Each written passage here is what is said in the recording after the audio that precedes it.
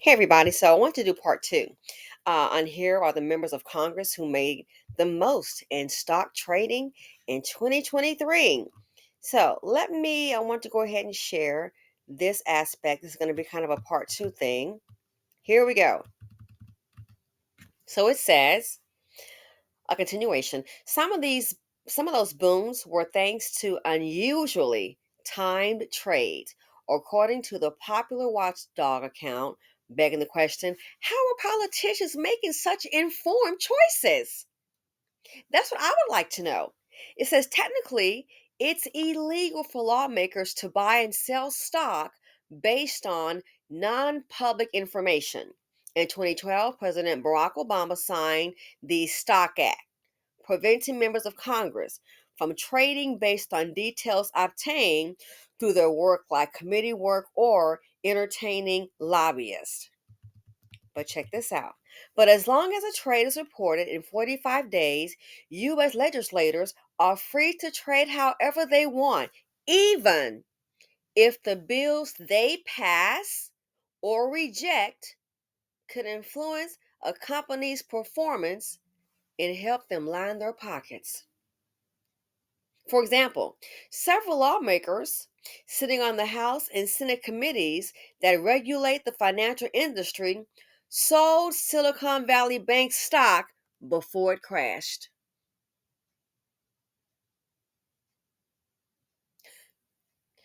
One thing people always say is that members are very good at picking stocks. That's often assumed. But to be quite frank, members are also quite good at avoiding losses.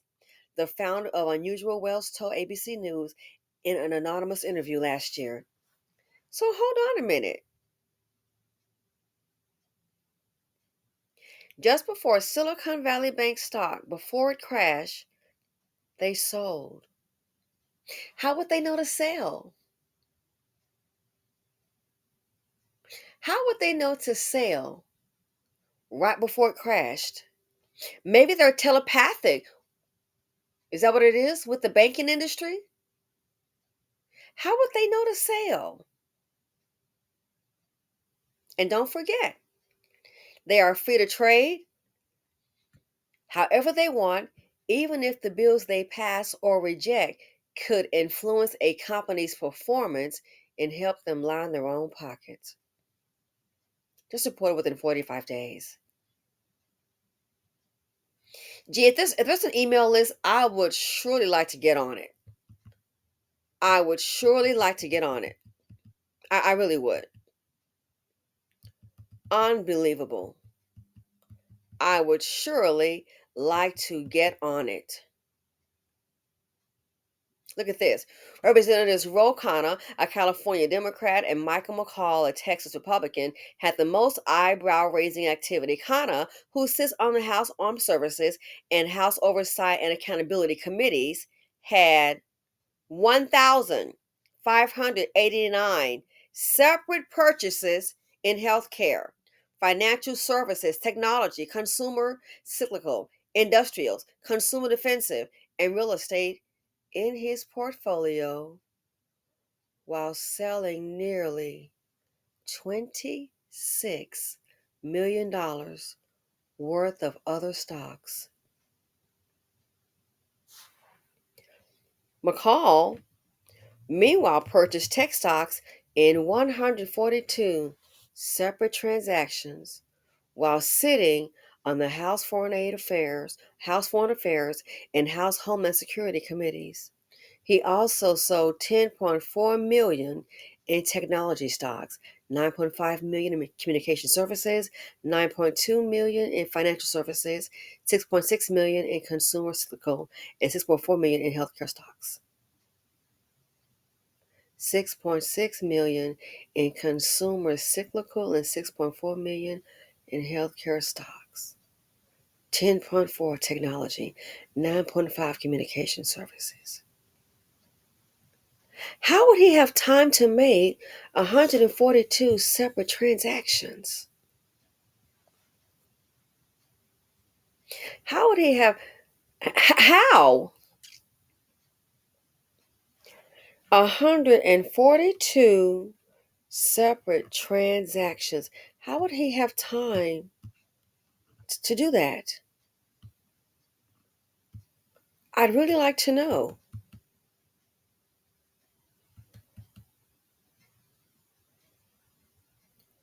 So maybe they have is some training and that the information they can provide us as citizens, as taxpayers. So I guess it's what you know and who you know. I'm really trying to figure this out.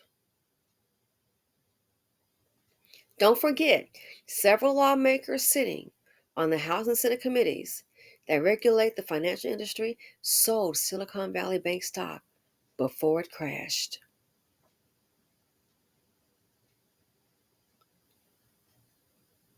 How would they how would you know it's going to crash? How did they sell just right in right on time? How is that possible? Are they telepathic? Several lawmakers sitting on the House and Senate committees that regulate the financial industry sold Silicon Valley Bank stock before it crashed. One thing people always say is that members are very good at picking stocks. That's often assumed. But to be quite frank, members were also quite good at avoiding losses. How?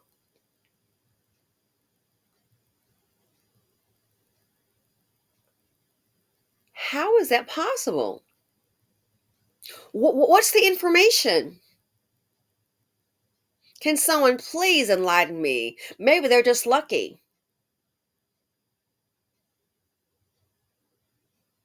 How is that possible? How is it possible right before Silicon Valley Bank crash? Listen, when that happened, I'll never forget. I'd call someone I know in banking, and I said, "Hey, I've got a few questions." And I'm like, "So at what point in time would they know that? Hey, don't forget they made the phone call and they're trying to raise an insane amount of money. Okay, they didn't get the money. Then next thing you know, there are rumors that hey, they called some guys in banking, try to raise some money. Then allegedly, again allegedly, some of those people that they called requesting money for the bank, knowing that they were in trouble. Some say they think those same people turn around and start shorting it. You think?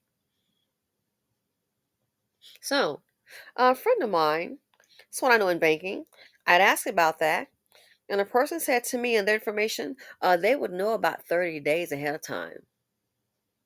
They would know that this is going down. At least about 30 days, they would know.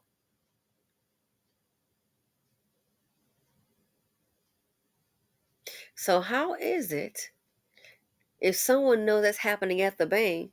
How would the lawmakers sitting on the House and Senate committees that regulate the financial industry, how would they know to sell Silicon Valley Bank stock before it crashed? How? Maybe someone was eavesdropping from afar? I'm really trying to understand that. How does someone in politics is serving on these committees? How do you make 142 transactions? When is their time? How are they just making it looks like they're making the right choice, not some of the time, all the time. It's too it's too perfect. This is it's too for any trader, this is just not realistic. It is too perfect. How is that?